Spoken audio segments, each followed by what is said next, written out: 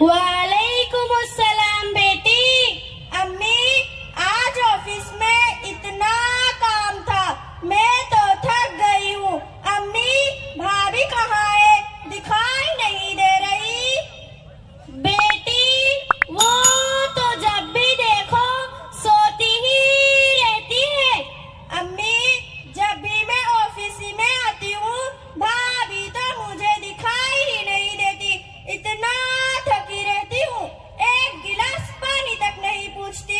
ना वक्त पर खाना मिलता है, ना धुला धुलाया कपड़ा मिलता है। और अभी मुझे मेरी सहेली जीनत के साथ शॉपिंग पर भी जाना है। मेरे कपड़ों पर इस्त्री भी नहीं है। और अभी मैं शॉपिंग पर जाने के लिए क्या पहनूंगी? थोड़ी देर में मुझे देखने के लिए मेरे ससुराल वाले आ रहे हैं। सारा घर बिखरा पड़ा है। वो लोग आकर देखेंगे तो क्या कहेंगे? अम्मी, तुम सौदा को बहू बनाकर लाई हो या महारानी बनाकर लाई हो? कहती है कि अपने और अपनी अम्मी के कपड़े खुद ही धो लिया करो। आखिर उसे किस बात का गुरूर है? अम्मी, तुमने तो उससे सर पर चढ़ा कर रखा है। देखना, तुम एक दिन बहुत पछताओगी। ठीक है बेटी, मैं उस चुड़ैल की अभी खबर लेती हूँ।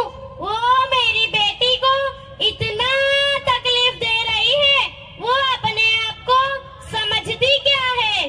बहू, इधर आओ तो।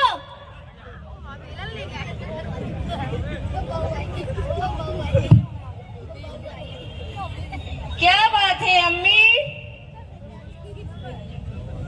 चल बड़ी आई अम्मी की बच्ची, तुझे मैंने बहू बना कर लाई हूँ या महारानी बना कर लाई हूँ? तू सब पर हुकूमत करने के लिए आई है। मेरी बेटी शिफा का वक्त पर कपड़ा धोकर क्यों नहीं देती?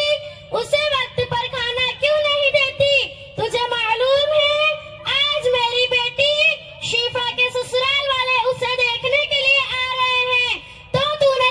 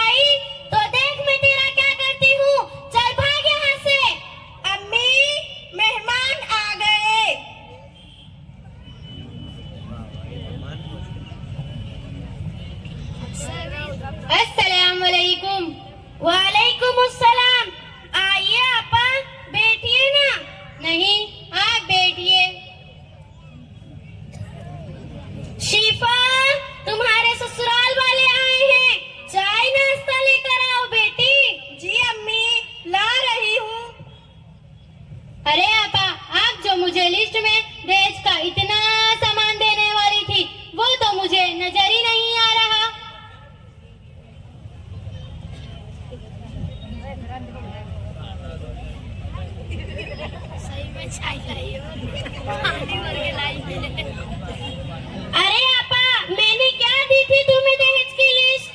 अरे आपा, आप ये क्या कह रही हैं? देखिए मैंने साथ में लिस्ट भी लाई है और आप लिस्ट में सोफा, एसी, वॉशिंग मशीन और टीवी और दहेज का सारा सामान देने को कह रही थी।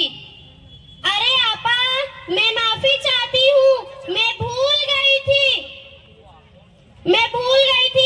पर दहेज में टीवी, फ्रिज, एसी और थोड़ा सामान दूंगी तो चलेगा, 2-3 चीज नहीं दूंगी तो भी चलेगा ना? आप तो इतनी अमीर हो और आप दहेज नहीं लेंगी तो भी चलेगा ना आपा? अरे आपा, हम चाहे तो जितने भी अमीर हो, आखिर हमारी भी तो इज्जत है। और आपा हमारी भी तो इज्जत है। और आपा, हमारे को तो दहेज का पूरा सामान चाहिए, वरना आप अपना सामान और अपनी बेटी यहीं रखिए, हम जा रहे हैं। नहीं आपा, रुक जाइए ना। नहीं, हम जा रहे हैं। अम्मी जी, रुक जाइए ना। हाँ ठीक है। अस्सलामुअलैकुम। वालेकुम अस्सलाम। अरे आप ये क्या दंगा फसाद कर रहे हो? देखिए आपा, आपके यहाँ की औरतें कितनी वादा खिलाफ होती हैं।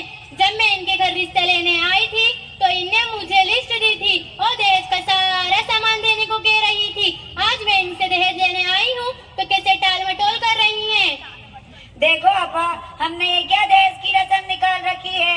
शादी में हमको लड़की मिल जाए ये बहुत है, आखिर आपकी भी तो लड़की है। कल उसके ससुराल वाले भी यही मुतालबा करेंगे, फिर आप क्या करेंगी? और अगर यही सिलसिला चलता रहा तो दीन और दुनिया तकलीफ में पड़ जाएगी और ससुराल में किसी को आराम नहीं मिलेगा। हर किसी को जताना अपना काम है। ससुराल वालों की ख्वाहिश हम पूरी नहीं कर पाएंगे तो कल हमारी भी बेटी किसी के घर जाएगी तो उसे भी तकलीफें होंगी, वो भी ससुराल वालों के ताने सुनेगी। और सबसे पहले हमें चाहिए, हम जिसकी बेटी लाए हैं वो हमारी भी बेटी है। अगर हम अपनी बहू को बेटी समझेंगे तो हमारी बेटी भी बेटी समझी जाएगी। हमने अक्सर अखबारात में ऐसा सुना है कि दहेज के मुतालबे पर सास बहू के झगड़े से खुदकुशी कर लेता है। कैसी सास है कि बहू को जला दिया और मार दिया वगैरह वगैरह। और आपा सुनो, जब हम किसी की बेटी बहू बनाकर लाते हैं तो हम उसे नौकरानी समझते हैं। छोटी छोटी गलती पर हम उसके खानदान वालों पर लानत करते हैं। हदीस में आया है कि आप सल्लल्लाहु अलैहि वसल्लम ने एक जगह 3 मरतबा कसम खाकर फरमाया, हर वो शख्स मोमिन नहीं। साहबा ने अर्ज किया, या रसूल अल्लाह, वो कौन है? आप सल्लल्लाहु अलैहि वसल्लम ने इरशाद फरमाया, उनकी शरारतों से उनका पड़ोसी महफूज न हो। और अब आप खुद सोचिए कि जब पड़ोसी के बारे में यह वईद है तो वो तो आपके खानदान का एक फर्ज बन चुका है, तो उसे तो तकलीफ देना कितना बड़ा गुनाह है। इसलिए मेरी माँ और बहनों से गुजारिश है कि अपने घर आने वाली बहू को अपनी बेटी समझें और उसके लिए मोहब्बत के दरवाजे खोल दें। अरे आपा, आपने तो हमारी आंखें ही खोल दी। अब तक तो हम अंधेरों में थे, हम एक दूसरे पर तोहमत लगा रहे थे। एक दूसरे को जलील करना ये तो हमारी जिंदगी का पेशा बन चुका था। आपा, आप मुझे माफ करना, मैंने आपसे दहेज का मुतालबा किया। और आपा सुनो, अब मैं आपकी बेटी को अपनी बहू बनाकर ले जाऊंगी। और आपा सुनो, अब मैं आपकी बेटी का निकाह बिल्कुल सादगी से करूंगी और जरा भी दहेज का मुतालबा नहीं करूंगी। शुक्रिया आपा, मैंने माफ किया, अल्लाह भी माफ करेगा। बेटी